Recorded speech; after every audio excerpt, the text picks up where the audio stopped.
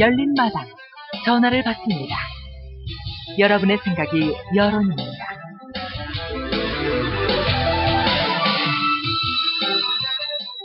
미혼모 입장에서는 출생신고를 하게 되면 자기 신분이 일단 노출되고 나중에 문제가 되니까 출생신고를 하는 것 자체를 꺼릴 수밖에 없고, 그러니까 아이를 유기하게 되는데 그게 더 큰 문제가 될 것 같아요. 나중에 부모를 찾는 것보다. 뭐 취지 자체도 나쁘지 않은 것 같고, 영아 유기하는 것도 다른 방법으로 좀 찾고, 요 법안 자체는 그냥 좋은 취지고, 솔직히 좀 창피한일이잖아요. 밖에 이렇게 해외로 수출하고 막 그런 게 많은데, 이런 걸 좀 국내에서 좀 이렇게 좀 하는 게 오히려 전 좋을 것 같은데요. 그 출생신고 말고도 다른 방법이 있지 않을까 해서 그 개정을 해서 의무화는 안 해야 된다는 게 맞는 것 같아요. 지금 이게 법이 만들어진 지 얼마 안 됐기 때문에 미혼모랑 아이를 위해서 좀 더 바람직한 방향으로. 사실은 이제 미혼모들에 대해서 애가 태어나면 살아있는 생명이기 때문에 국가에 있는 보육시설을 통해서 입양이 우선 전제 조건이 되는 부분인데, 법을 개정을 해서 천사 같은 애들이 태어났는데 그냥 유기되는 것보다는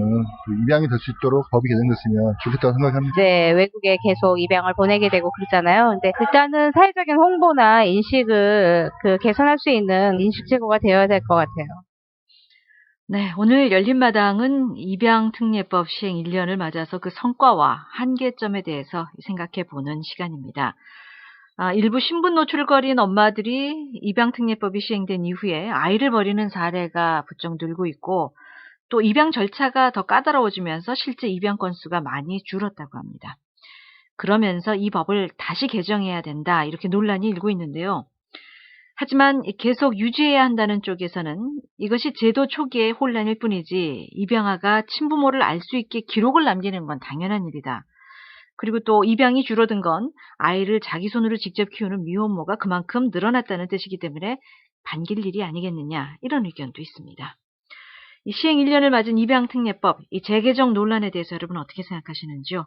계속 유지해야 할지 아니면 또 다시 고쳐야 될지 다양한 의견 열린마당으로 보내주시기 바랍니다. 전화 참여 원하시는 분 02368-1001번부터 1004번까지 지금 전화 주시면 되겠습니다. 또 문자 메시지 참여 원하시는 분 의견 남기시고 우물정 9730 누르시면 되는데요. 짧은 글은 50원, 긴 글은 100원의 정보 이용료 붙습니다. 자, 그러면 먼저 입양특례법, 지금 문제가 많다. 따라서 이 법을 좀 다시 고쳐야 한다라고 생각하는 분이세요. 입양특례법 재개정 추진위원회 김홍중 위원장 전화 연결하겠습니다. 안녕하십니까? 네, 안녕하세요. 네, 먼저 지난해 8월 시행된 입양특례법 이제 개정되면서 이렇게 시행이 되고 있는데 주로 어떤 내용이 담겨져 있습니까? 네, 기존의 입양 절차를 진행할 때는 그 지자체 시군구에 신고만 하면 됐었습니다. 근데 지금은 이제 개정된 입양특례법은 법원의 허가제를 받겠던 것이 중요 기조고요.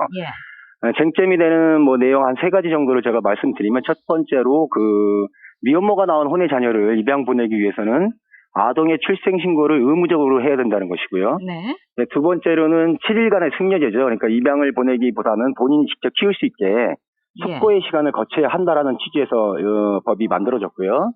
그 다음에 세 번째로 보면은 이제 양부양모가 입양을 하려면 그 범죄 경력서나 또 심리검사, 마약 약물 이런 어떤 재산관계 서류들을 제출해야 되기 때문에 입양의 문턱이 좀 높아졌습니다. 그런데 취지는 굉장히 좋지만 현실을 전혀 고려하지 않은 법이다, 이렇게 보고 있습니다. 네. 어떤 현실을 고려하지 않았는지, 입양특례법 개정된 지 이제 1년이 조금 지났는데 어떤 문제점, 어떤 부작용이 나타나고 있습니까? 먼저 이 법이 개정된 배경에 대해서 설명이 좀 있어야 될 것 같은데요. 이명박 정부 시절에 그 당시에 글로벌 스탠다드를 정책 기조의 한 축으로 삼았었습니다. 그래서 경제 경영이나 무역 회계, 또 심지어는 마케팅 전반에 있어서도 세계적 표준으로 가야 된다, 국제적 표준으로 간다, 이렇게 얘기를 했는데요. 이것을 이제 입양법에도 적용을 한 거죠. 그래서 헤이그 국제 아동 입양 협약이라고 해서 이 2가지의 취지가 있는데, 불이의 찾기를 권고하고 입양이 국가기관의 허가를 받아야 된다, 이 기준에 맞추려고 했던 겁니다. 여기에 가장 기준은 고화 수출국이라는 오명을 벗어나기 위해서 이 세계적 어떤 수준에 맞춰야 된다, 이렇게 생각을 했고 다급하게 이제 입양법을 뜯어 고치기 시작했던 거죠. 근데 쉽게 말씀드리면 우리가 어떤 서점에 가서 책을 샀는데 겉표지에는 베스트셀러라고 이렇게 되어 있습니다. 그런데 한 장 넘기니까 머리만만 있는 거죠. 내용이 텅 비어 있다. 문제는 뭐냐면 법이 현실에서 반영해서 만들어져 있어야 되는데 표지만 세계적인 수준이라고 하는 거죠. 그래서 예, 예. 현실적으로 지금 어떤 문제가 있는 겁니까? 그래서 이제 이제 우리나라가 이제 OECD 국가에서 사회적 편견이나 또는 이제 뭐 국가복지 지원이 최하위인데요. 네.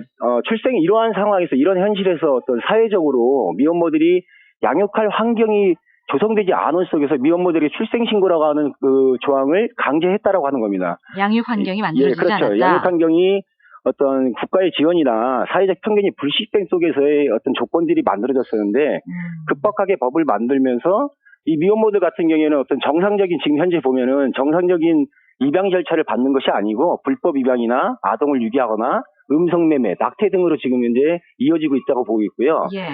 특례법 시행 이후에 그 현재 4배로 그 유기가 늘어났습니다. 그리고 베이비박스 모든 시청자들이 알겠지만 거기 같은 경우에는 특례법 시행 이후에 8배, 9배로 지금 그 아이를 버리는 일이 늘어났습니다. 베이비박스, 그러니까 어떤 기관에서 운영하는데 예, 그렇죠. 그 아이들을 예, 거기다 예. 놓고 가는 거죠? 예, 평균 한 달에 입양특례법 시행 이전에 한 2명, 4명 이렇게 버려지는 것이 지금 같은 경우에는 뭐 한 30명 넘게 하루 넘게 이렇게 버려지고 있고요. 그렇게 많습니까? 그래서 결과적으로 보면은 그 개정적인 입양특례법이 세계 표준에 맞춘다는 좋은 취지를 저희들은 적극 인정하고 취지는 있지만. 좋지만. 예, 그렇죠. 네. 예, 아동유기와 어떤 불법 입양을 양산하는 문제점과 어떤 부작용을 낳고 있다 이렇게 보고 있습니다. 너무 예. 형식에만 치우친 제도다. 네, 사실 그렇죠. 사회적 현실적 여건이 마련되지 네. 않은 상태에서 이제 이 법이 시행된 것이 문제다라는 네, 그렇습니다. 지적인데 예, 예. 그렇다면 이 법이 어떤 방향으로 다시 고쳐져야 된다고 네, 보세요? 가장 쟁점이 되고 중요한 건 24세 미혼모들 같은 경우에 출생신고의 의무를 좀 예외로 해야 된다 이렇게 보고 있는 거고요. 예. 왜 예외로 되는지 제가 3가지에 대해서 이렇게 반론을 좀 제시를 하면 아마 그 재개정 반대 측에서 단골 메뉴로 나오는 게 있습니다. 유엔 아동 권리 협약을 7조를 얘기하고 있는데요. 네. 아동은 그 출생 후 즉시 등록돼야 한다. 예. 그리고 뭐 국적 직계관을 가져야 한다. 그리고 부모의 알 거리가 있다. 이 규정을 들고 그 출생신고를 당연히 해야 된다 이렇게 얘기하고 있는데요. 실수에서 보면 여기 가능한이라는 말이 들어가 있습니다. 가능한. 그러니까, 예, 그렇죠. 가능한. 예. 모두가 다 그렇게 되는 것이 아니고 국가의 현실 조건에 따라 달라진다고 하는 거고요. 네. 그 다음에 재개정 반대 측에는 6조나 3조항을 얘기하지 않고 있다는 겁니다. 6조 같은 경우에는 뭡니까? 예. 당사국은 모든 아동의 생명에 관한 고유의 권리를 가지고 인정한다. 네. 그리고 최대한 아동의 생존권과 발전을 보장해야 된다라고 하는 거예요. 그렇다 치면 입양특례법은 뭐냐면 아동유기, 아이가 버려지는 현상이 일어났기 때문에 알 권리와 예를 들면 아동의 어떤 생존권, 생명권이 부충돌이 된 겁니다. 알 권리와 생존권의 충돌. 예, 충돌이 된 거죠. 그러면 아동의 알 권리와 아동의 생존권과 생명권의 충돌이 예상치 못한 상황이 벌어졌기 때문에 저희들이 생각할 때는 헌법에서 보장하는 그 두 가지 기본권이 충돌됐다라고 하면 예. 무엇이 보다 이익이고 무엇이 보다 우월한가를 판단해서 네. 덜 중요한 이익을 유보시키는 거라고 생각하는 거죠. 그런 면에서 이제 예. 생존권, 그 예, 아이의 그렇죠. 생존권이 더 중요하다. 알 권리는 그 다음이다. 예, 그렇죠. 라는 취지에서 이 법 알 개정을 권리는 제가 준비하고 좀 이따 계신데. 말씀드릴 건데요. 다른 방법이 예. 충분히 있기 때문에 또 한 가지는 뭐냐면 출생신고에 있어서 미혼모의 앞으로 혼외자를 두게 돼 있습니다. 현행법에서는. 예. 그렇다고 치면 미혼부가 어디 갔냐는 거죠. 엄마가 있으면 아빠가 있어야 되는데 아빠한테는 출생신고의 의무가 없어요. 예. 그럼 뭐냐면 미혼부에게도 출생신고를 강제하지 못한다면 미혼모에게도 출생신고를 예외로 해야 된다. 그것이 양성평등의 원칙이라고 보는 거죠. 예. 법 스스로가 어떤 그런 법의 원칙을 좀 위배하고 있다 이렇게 보고 있고요. 어쨌든 뭐 이 네. 재개정의 어떤 필요성, 당위성을 지금 네네. 일목요연하게 설명하고 계신데 네네네. 일단 시행 1년 조금 지났는데 이게 너무 혼란스럽다는 거죠. 이거 다시 네네. 바꾸게 된다면. 네네. 그리고 이제 그 알 권리 부분에 있어서 네네. 사실 그 성인이 된 입양아들이 자신의 뿌리를 찾는 게 이 특례법 시행이 안 되면 이게 너무 어려워진다는 거예요. 이 정체성을 가질 권리가 또 있다는 거거든요. 아이들 입장에서는. 네네네. 이 부분은 어떻게 생각하세요? 그러니까 지금 문제는 뭐냐면 네. 아이들의 어떤 그 정체성의 문제라고 했을 때 지금 이제 뿌리 찾기 때문에 알 권리의 어떤 보장을 훼손하는 게 아니냐 이렇게 얘기하는데요. 네. 그 알 권리와 관련해서는 그 중앙입양원이라고 있습니다. 보건복지부에서 공적으로 그 사업을 위탁한 공적 기관입니다. 이 기관에서 뿌리 찾기를 위한 통합 데이터베이스 구축을 하게 돼 있어요. 네. 그래서 입양 출생신고를 거치지 않더라도 그 기록을 얼마든지 알 수 성년이 있다. 그 아동이 열람할 수가 있습니다. 네. 그리고 법원에서도 마찬가지로 출생신고를 거치지 않는다 하더라도 그 미혼모들의 어떤 인적 사항이나 입양 기록 사항들을 해서 법원이 관리할 수도 있는 어떤 시스템들이 충분하게 있다고 보고 있는 거죠. 예. 예. 예. 자, 그런데 이제 뭐 아무래도 네네. 이제 그대로 유지하자는 쪽의 목소리도 많이 있고 지금 말씀하신 대로 이제 공감하면서 재개정 움직임도 많이 있는데 네네. 앞으로 어떤 노력을 더 하실 생각인지 마무리 좀 해주시죠. 저희들 같은 경우에는 지금 그 100만인 서명 운동을 진행하고 있고요. 네. 그리고 국회의원 이 법이 상정이 돼야 됩니다. 발의는 되는데 그렇죠. 상정이 되어 있지 않기 때문에 국회의원들이 이러저러하게 어떤 찬반 논쟁의 눈치를 보지 않고 정말 생명을 위해서 생존권 아동의 생명권을 위해서 빠르게 법이 처리될 수 있도록 저희들이 지금 그 노력을 하고 있습니다. 알겠습니다. 말씀 고맙습니다. 네네, 감사합니다. 입양특례법 재개정 추진위원회 김홍중 위원장의 얘기 들어봤습니다. 자, 여러분의 전화 참여 계속 기다리고 있습니다. 02368-1001번부터 4번으로 연락 주시면 되겠습니다. 자, 이번에 다른 목소리입니다. 이 재개정 반대하는 분이신데요. 지금 그대로 시행하는 것이 좋다라는 의견 가지신 분입니다. 해외 입양인 지원단체 뿌리의 집 김도현 원장 전화 연결하겠습니다. 안녕하세요, 원장님. 네, 안녕하십니까. 예, 뭐 입양특례법 일단 네. 개정된 취지에 대해서는 앞서 이제 얘기를 들었습니다만 그 원장님이 생각하실 때 그 1년 전에 이 법이 개정된 이유 뭐라고 생각하세요? 저희가 볼 때는 우리나라가 지난 이 법이 개정되기 전에 한 60년 동안 네. 입양이라고 하는 문제를 민간 사설기관에서 그냥 알선하고 중개를 했었습니다. 네.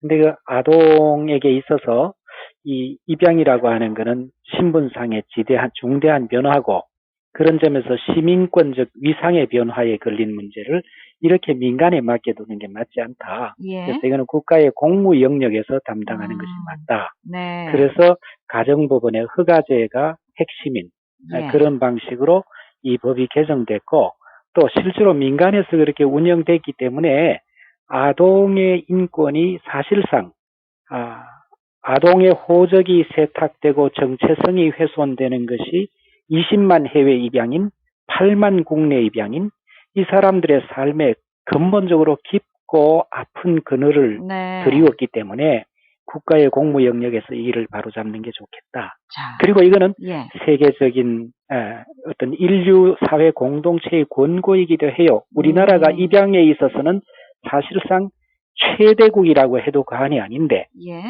국제사회가 볼 때 이렇게 사설 민간 입양기관이 자신들의 번영과 사실상 어떻게 보면은 그 아이를 많이 보낼수록 경제적인 수익이 늘어나는 그 구조 안에 놔두게 되면 아동 인권이 훼손되니 한국 정부는 그걸 고치면 좋겠다. 어쨌든 그거죠. 법적 제도적 틀 안에서 이 입양을 다루자. 우리도 네네. 이제 이 제도적 면에서는 좀 선진국 수준을 따라가야 된다라는 취지로 입양특례법이 네. 개정이 됐다라는 네네. 거는 이제 이해가 되는데 네. 그렇다면 1년 동안 이제 이 법을 시행해 봤거든요. 네네. 효과는 어떻게 평가하시겠습니까? 그 효과라고 했을 때에 그 입양 가정 그 조사 제도를 도입을 해서 네. 입양하는 가정이 적절하게 그 아이를 양육할 수 있는지를 좀 법원이 판단하도록 했고, 네. 그리고 그렇게 해서 아동의 인권을 좀 보장하자. 네. 그런 부분이 있고, 그 다음에 아동의 신원을 확보해서 이 아동의 정체성이 지켜질 수 있도록 하자라고 하는 건데, 구체적인 효과로는 입양 가정 조사 제도를 도입하니까 입양 신청자 수가 조금 줄었어요. 그래서 그건 아마 무슨 말씀일까요? 무분별하게 입양을 마음대로 할 수 있었던 사람들이 조금 조심한다. 그래서 네. 아동 인권 훼손의 가능성이 조금 줄어들었다. 이렇게 볼 수 있고요. 예. 두 번째는 미국으로 입양 간 우리 입양인들 중에서 한국계 입양인 18,000명이 사실상 시민권을 얻었는지 안 얻었는지 몰라요. 확인이 안 된다는 거죠. 확인이 안 되고 지금도 저희 뿌리집에 와 있는 입양인 한 사람은 46살인데 실제로 시민권이 없어서 한국 여권 그리고 네. 그리고 주민등록번호 20만 뭐 이런 걸 가지고 한국에 들어왔습니다. 네. 그래서 이렇게 아동의 신원을 근본적으로 우리 정부가 확보해 주는 건데 이제 개정되고 나서 우리 법원이 아동의 입양 판결을 할 때 아동이 미국에 도착하는 즉시 미국의 시민권을 취득할 수 있는 조치를 네. 했기 때문에 앞으로는 이런 일도 없다. 예. 그런 점에서 볼 때 굉장히 중요한 변화를 변화의 길을 가고 있다. 이렇게 볼 수 있고요. 자, 무엇보다도 앞서 네. 그 입양 신청이 줄었다. 또 한편으로는 어떻게 보면 양육을 택한 그 미혼모도 또 그만큼 늘었다. 많아졌다. 뭐 이렇게 네네. 해석할 수도 있겠습니다만, 네, 그렇습니다. 앞서 이제 그 재개정 주장하는 분은 또 이제 그게 아니다라는 말씀을 하셨는데, 네네. 어쨌든 지금 버려지는 아이가 그 이후에 더 부쩍 늘었다고 합니다. 네네. 출생신고 의무제 때문이죠. 입양 사실 드러나지 않으려고 미혼모들이 이 또 아이들을 내다 버린다는 이 부분이 네네. 참 아픈 현실이거든요. 어떻게 네, 생각하세요? 아픈 현실인데 예. 우선은 이렇게 사실은 이걸 먼저 정리를 할 필요가 있습니다. 출생신고제는 입양특례법하고 실제로 아무 관계가 없습니다. 그런가요? 실제로 법으로 봐서는요. 예. 왜냐하면 입양특례법은 입양을 어떻게 잘 아이의 인권에 맞게 할 거냐라고 하는 법이고 네. 출생신고제는 가족관계 등록법이에요. 예. 그래서 출생신고를 바꾸자 그러면 먼저 입양 쪽에서 다룰 게 아니고 출생신고에 관련된 가족관계 등록법에다가 우리나라에서 아이가 태어나면 어떤 사람은 출생신고 해도 되고 어떤 사람은 안 해도 된다. 예. 이거 먼저 우리가 합의가 필요해요. 미혼모의 예. 하지만 입양특례법 시행 이후에 이 출생신고가 의무화된 거 아닙니까? 미혼모가 아닙니다. 낳은 아이라 그렇지 하더라도. 않습니다. 그렇지 않습니다. 실제로 입양특례법 이전에도 예. 출생신고는 당연히 하는 거였는데 그런데 대부분의 미혼모들은 출생신고를 하지 않았거든요. 그 하지 않은 이유가 뭐냐면 법적으로 해야 되는데 네. 입양기관에 아이를 데리고 가면 입양기관에서 나 너 안 봤으니까 네 아이를 고아로 등록하겠다. 그렇게 해가지고 그 아이들이 다 신원이 세탁이 된 거예요. 그래서 60년 동안 실제로 우리나라는 출생신고를 누구는 해도 되고 누구는 안 해도 되고 안 할 권리를 준 적이 없습니다. 근데 지금 출생신고 안 해도 되도록 입양특례법을 만들자는 것은 우리 사회 일부 사람들에게 출생신고를 안 할 권리를 주자. 아동의 출생의 진실성을 왜곡할 기회를 주자. 그거를 입양기관의 장에게 맡겨두자. 그리고 그 장이 그거를 많이 하면 많이 할수록 입양기관의 수입이 늘어나는 구조를 계속 가지고 가자. 뭐 그런 겁니다. 어쨌든 그 미혼모도 이 출생신고를 해야 된다.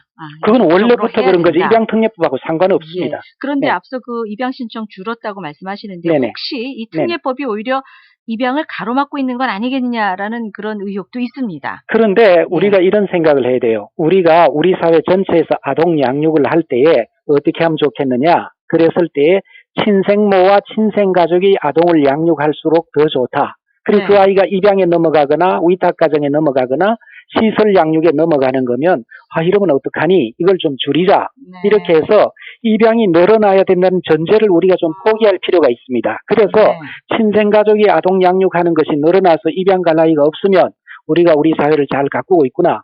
이런 전제 하에 줄어드는 거를 바라봐야지 줄어든다고 무슨 큰일이 난 것처럼 온 나라가 뒤집어진 것처럼 그렇게 말하는 것은 옳지 않습니다. 자, 그렇다면 이 특례법 재개정은 지금 옳지 않다라는 주장이신데 그러면 미혼모가 입양 대신에 그 양육을 택할 수 있도록 지원을 좀 더 강화할 필요가 있지 않을까 싶어요. 네, 구체적으로 그러니까 어떻게 어떤 지원이 필요하다고 보십니까? 우선은 아이를 키우기 좋은 사회로 만들어야 되지 않겠어요? 그런데 미혼모가 아이를 키울 수 있는 사회가 되면 우리 사회는 굉장히 재생산 체계가 잘 갖춰진 사회인데 글로 가는 게 맞습니다. 그런데 지금 막 입양 보내자고 이렇게 하는 거거든요.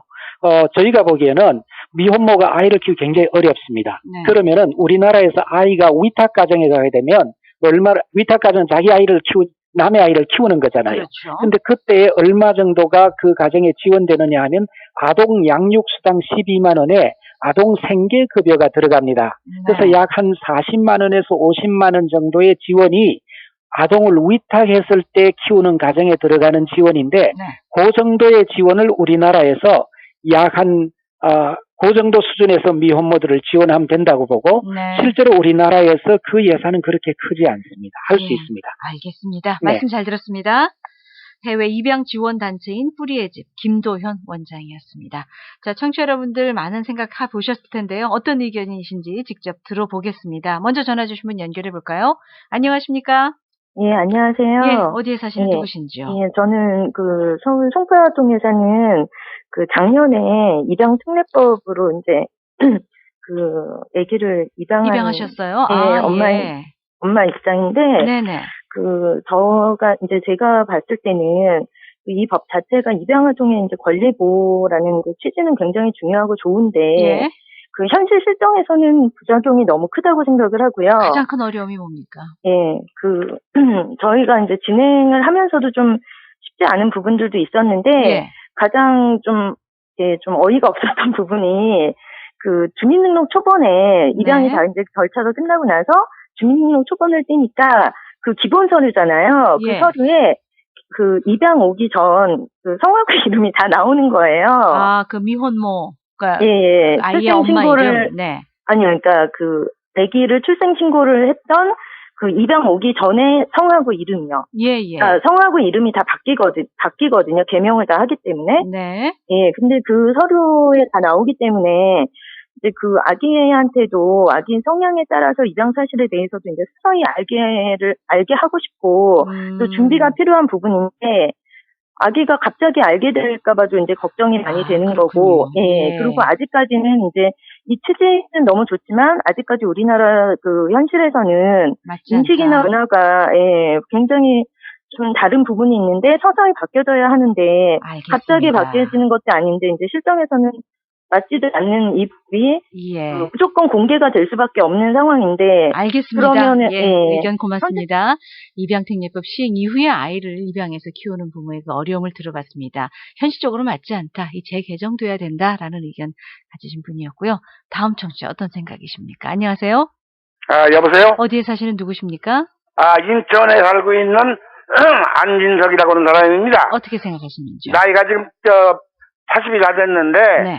이거는 첫째, 이 소도 말하자면 우적이라는 게 있고, 그런데 이거는 명분으로 보나 몰라 귀중한 생명이 하나 태어났는데, 네. 반드시 등록을 해야 된다고 보고, 예. 왜냐하면 법을 만들었으면은 항상 만족할 수가 없고 일장일단 있는 건데, 네. 어느 정도 시행을 해봐가지고, 예. 안 될 때 시정을 하더라도 1년 전에 만든 법을 또 고친다.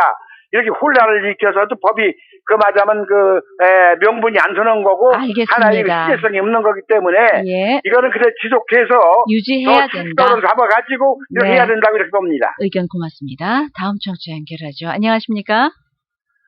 네, 안녕하세요. 어디에 저는 사시는 일산에 사는 분이십니까? 입양 부모입니다. 입양 부모세요? 어떻게 생각하세요? 네네.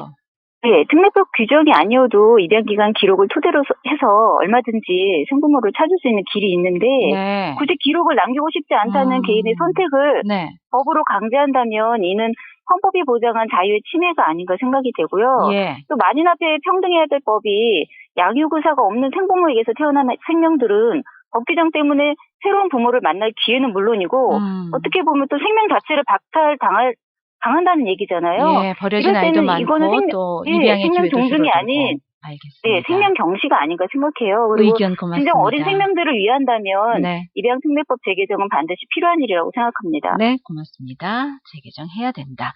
자, 마지막 전화 한 번 더 받아볼게요. 안녕하십니까? 여보세요? 예, 어디에 사시는 누구십니까? 서울 사는 이선치입니다. 어떻게 생각하세요? 네, 저는 입양 특례법 재개정하는 걸 반대합니다. 이유는요? 여보세요? 이유는 뭡니까? 저번에도 조선일보나 또 안 그러면 텔레비전인가 볼 때 보면은 해외에 간 입양아들이 자기 친엄마를 찾는데 무지하게 고생을 하고 노력을 많이 합니다. 예. 그래서 가슴에 묻은 한을 풀기 위해서는 서류라도 여기에 출생 신고를 남겨둬야 애들이 커가지고 나중에 뿌리를 찾을 거 아닌가 해서 저는 반대합니다. 알겠습니다. 의견 고맙습니다. 아동의 알 권리 또 정체성을 찾기 위해서라도 이 법 그대로 시행하는 것이 좋다라는 의견까지 들어봤습니다. 문자도 많이 들어왔네요. 5289번 법과 현실의 괴리가 너무 큽니다. 또 2770 입양특례법 누구를 위한 건가요? 라고 하면서 이 재개정 필요하다라는 의견 주신 반면에 9521-0282-0025 모두 입양특례법 재개정 필요 없다. 지금 그대로 유지하는 것이 좋다라는 의견 주셨습니다. 오늘 열린마당 참여해주신 분들께 감사드립니다.